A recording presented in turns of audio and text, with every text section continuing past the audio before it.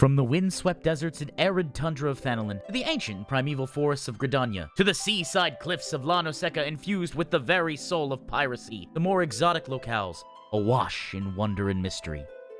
Eorzea is a land of myriad stories and even more secrets to discover. Join me, fellow scholars, as we undertake a grand endeavor. Now, it is time for Explaining Eorzea. Alright, and welcome back to class. Now, if you see that my hair is somewhat unkempt and disheveled, that's because one of the TAs who will be grading your homework, so pass it up please, decided that it would be a good idea not to secure the Yarzon cage, and thus I spent the last 4 hours tracking down biological specimens for our advanced aetherology lecture. But for now, something a little easier, something a little bit more fundamental, let's talk about Eorzea itself, right? The geography. So, for the geography, there exist three main landmasses in Hydaelyn, the largest being that which contains the three great continents, Aldenard, Ilsebard, and Othard. The following sections will touch upon the locations, geography, and climate of those areas. With respect to the three great continents, they're situated in Hydaelyn's northern hemisphere and stretching from the polar region to almost the equator. The three great continents consist of Aldenard in the west, Ilsebard in the north and center, and Othard in the east. So great, so vast is the distance that even the fastest of trader vessels carried by favorable winds require at least a fortnight to make the journey from Old Charlian to Vilebrand, and another 2 moons to travel from there to Doma. Regional folklore has that Aldenard, Othard, and Ilsebard were once brothers whose hearts were so filled with love for one another that they remained inseparable for countless aeons. One day, however, did the brothers Othard and Ilsebard grow jealous of Aldenard, for, despite him being the youngest, he was blessed with the richest of lands. In a violent fit of anger, the brothers pulled themselves away from their younger sibling to where they stand today, Aldenard's outstretched hand clinging to Ilsebard's coattail in one last, final, and futile effort to bring him back. Aldenard being the westernmost of the three great continents, it is most commonly grouped with Vilebrand, the Cyclades, and countless other small islands to form the realm known as Eorzea. Compared to the other regions in Hydaelyn, Eorzea is believed to harbor a far greater concentration of ambient aether, making it well-suited to maintain a thriving ecological system.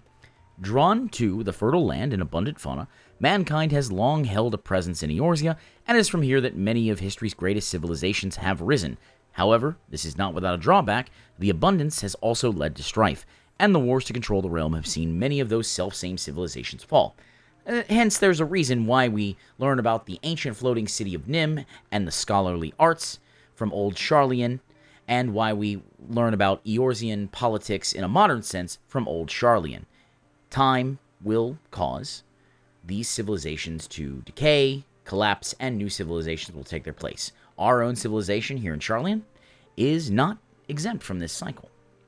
Now, currently, Eorzea is governed by 4 independent city-states, Gridania ruling the interior forests of the Black Shroud, the Sultanate of Ul'dah ruling the southern deserts of Thanalan, the Holy See of Ishgard ruling the northern highlands of Korthalos, and Limsa ruling La Noseca on the southwestern island of Vilebrand, as well as its neighboring seas. Little more than 2 decades ago, there was an additional pair of city-states which shared Eorzea with the aforementioned 4, Charlian and Alamago. The former, however, was abandoned by its inhabitants out of fear when the Garlean Empire invaded Aldenard from the north and occupied Alamago. Fortunately, there have been developments in the modern Eorzean political landscape.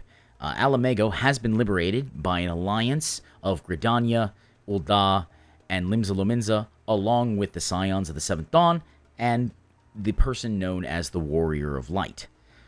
We're fortunate from our lessons in philosophy to know that there was a great scholar who said that the arc of history is long, but it bends towards justice. However, I am quick to point out that a stand-up comic performing on the streets of Ul'dah said, and there's always some dictator trying to bend that thing back. So we must always be studious and fastidious chroniclers of history, so that everyone can benefit from this knowledge. On to Ilsebard. It's positioned between Aldenard and Othard. The continent of Ilsebard is characterized by extreme temperatures and unpredictable weather. The northern territories, located beyond Ilsebard's dividing central mountain range, are often regarded as some of the harshest environments on Hydaelyn, with several coastal communities made to endure unforgiving storms in the summer and frozen seas in the winter. This has ultimately impeded the advancement of civilization, forcing people to instead exhaust their resources to simply survive. However, 50 years ago, civilization on Ilsebard took a significant leap when, through science and ingenuity, the small northern nation of Garlemald started an uprising which would eventually change the entire face of the three great continents. This, of course, is the Magitech Revolution. After quickly toppling several nearby nations, the Garleans, now an empire, set their sights on warmer climes and led their armies across the mountains and into southern Ilsabard, an area known to Eorzeans as the Near East, and proceeded to conquer all in their path until nearly the entirety of the continent was annexed and absorbed. What this teaches us for history is that there will always be conquerors, there will always be imperialism, and it is the duty of every person to stand up against it, whether it be through the pen or the sword. The last of the three great continents, Othard, or the Far East as it is commonly referred to by those living in the West, is the smallest of the three great continents, yet much like Aldenard, in that it is comprised of a main landmass and countless islands off its coasts. While Aldenard is longitudinally situated farther south in Ilsabard, the towering spires which line the region's northern border are covered in snow year-round, and the land beyond them is permanently frozen. From these mountains trickles down the water which gives Othard life, eventually forming the one river, the longest and widest watercourse in all the three continents. This river passes through great swaths of grassland in which the Eorzea clans live before winding through Yanixia, a fertile land, until the recent invasion by the Garlean Empire was controlled by the nation of Doma. Though connected geographically for thousands of years, little interaction has taken place between Ilsabard and Othard. The main reason being that a combination of near impassable mountain ranges and deadly wastelands which severely restrict all land routes. While coastal cities have experienced limited contact with the outside via trade, the overall isolation of Othard has allowed local cultures to evolve with little to no influence from the West. Only in the past 2 decades have things begun to change, the advent of airship technology thrusting open the door to a once closed Far East. However, this new exposure has also served to alert the power-hungry Garleans of a new territory ripe for the plucking, and it was not long before the Empire had set their sights on Doma and Dalmasca, 2 nations which have since been brought under the imperial standard. Now, class, I do want to mention that there is a gentleman by the name of Hian, or in his common region, Lord Hian, who has been leading the charge in the liberation of Doma, and has had some success. In addition to, there is an enclave that is trying to eke out a life in Doma, living in a more traditional way and having the culture be spread. We are looking forward to more developments on that, but from what I understand from people in the Far East and on Othard, that the Garleans have been pushed out, except for small pockets of resistance. Again, good news on the modern Eorzean political landscape. There is more to Hydaelyn geography than just the 3 great continents. To the south of Ilsabard lies a great sea known as the Bounty. The abundance of sea life combined with its central location in relation to the 3 great continents has historically seen civilizations on the island of the Bounty thrive, even during the calamitous umbral eras, which we learned from our aetherology lecture that umbral is void or lack of growth. The most prominent of these civilizations would have to be that of Radzidhan, located on Thavner, the Bounty's largest landmass. An ancient city-state with a history stretching back thousands of years, Radzidhan is best known as the birthplace of modern alchemy. It is interesting to note that despite having a very limited outward military presence, the city-state has succeeded in forging a non-interference treaty with the Garlean Empire, ensuring their independence while mightier nations fall about them, and as thus, Radzidhan remains an active hub for trade between Eorzea.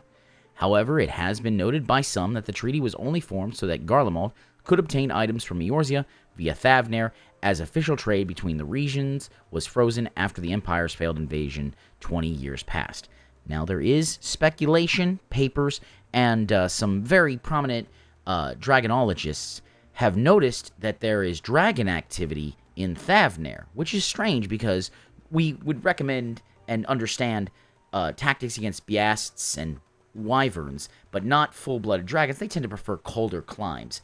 So it could be just a rumor started that we don't want to invade Radzidhan because of dragons, but that's something to ponder later. Hopefully, in your studies, as you do your foreign studies, you'll be able to explore and possibly even come to a conclusion on that. Next on our world tour is Mericidia. Far to the south of the 3 great continents, beyond the equatorial line, lies the second of Hydaelyn's 3 landmasses, Mericidia.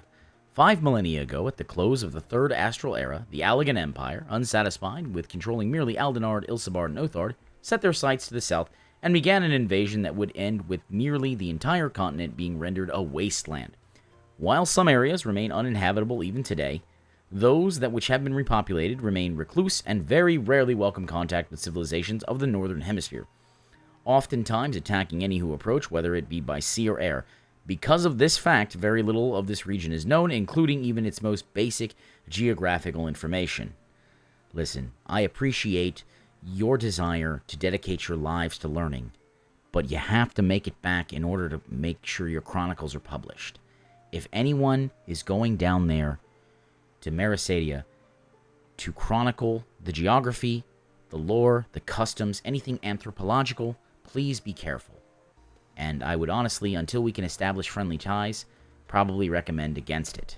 Across Ablathia's spine, the battered seacoast of the Far Reach, and beyond the blood-brine sea lies the Northern Empty, a vast body of water almost entirely void of islands, save for two major chains. The first and northernmost is a remote archipelago known as the Eorzea, first land, homeland of the sea wolf tribe of Rogadin. It is from these islands that the first inhabitants of Limsa Lominsa are said to have hailed, arriving on Vilebrand after a failed raiding attempt in the southern Rotano Sea. On the second group of islands further to the west can be found Old Sharlayan, the very nation from which settlers came in the early 6th Astral Era to form a satellite city-state in the Dravanian hinterlands, and of course, where we're currently taking our class. The seas to the far south of Eorzea also teem with countless tiny islets. Excepting the occasional squall, proximity to Hydaelyn's equator blesses these islands with a warm and pleasant climate. It's from these islands that the Lalafell originated, using catamaran-like ships unique to their civilization to travel across the boundless waters into the great continents.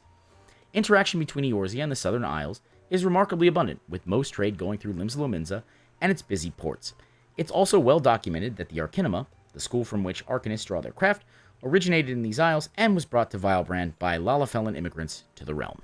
Now, if I was a betting student, I might think that the professor who's giving me this lecture might put an essay question on the next exam talking about the benefits of immigration. And one example definitely is the Arcanima from Lalafellan immigrants. I'd probably have 2 or 3 more sources and examples if I were you, but that's just me idly speculating. We come to our final entry, the New World. The final of Hydaelyn's 3 major land masses lies far to the west of Eorzea, beyond the boundless ocean known as the Indigo Deep. Despite the dearth of ancient epics and historical tomes to support the land's existence, as recently as 80 years ago, it was debated whether or not this place was not more than a mere literary exaggeration. That is, of course, until a sea-wolf adventurer, hailing from Limsa Lominsa, named Kettenram the Blue, rediscovered the region upon sailing west for nigh 2 moons straight. Notwithstanding the sailors' repeated attempts to name the region's Kettenland, ego will always out, students. The New World remains the term most commonly used today. Not only did Kettenram and his crew discover the landmass, but they spent several moons exploring inland, eventually encountering the denizens of the sprawling nation of Memul-Ja. Kettenram was even granted an audience with the nation's supreme leader, to whom he presented various gifts of his Eorzean home. These rare gifts impressed the leader so much that he presented him with a massive idol forged from pure silver, as well as allowance to roam free about his nation during their stay. Kettenram used this opportunity to not only map the land, but to gather myriad root vegetables and seeds to carry back to Limsa Lominsa. Many staples in the modern-day Eorzean diet, such as ogre pumpkins, ruby tomatoes, popotos, and alligator pears, are transplants from the New World. While distance prevents much of modern-day interaction between the New World and Eorzea, recent trips have seen an influx of Memul-Ja mercenaries making the trip from their homeland to make profit from unrest in the east. Now, I will say this is an old printing of the textbook. We recently have gotten official updates in the newest edition talking at the New World is Tuliolal, and the nation, the continent, is known as Tural. So I want to make sure that when for any exams, it's the city, state is Tuliolal, and the continent is Tural. Well, that was the lore of the geography of Eorzea, at least in part. There will be addendums later as we go through the Encyclopedia Eorzeas. I do want to say that if you enjoyed the video, please feel free to subscribe, comment, like, do all those other things, because it helps out the channel immensely. And of course, as always, everyone's trying to grow their channels, me included. That being said, I will see you in the next video, and may the mount that you're farming drop on the first kill.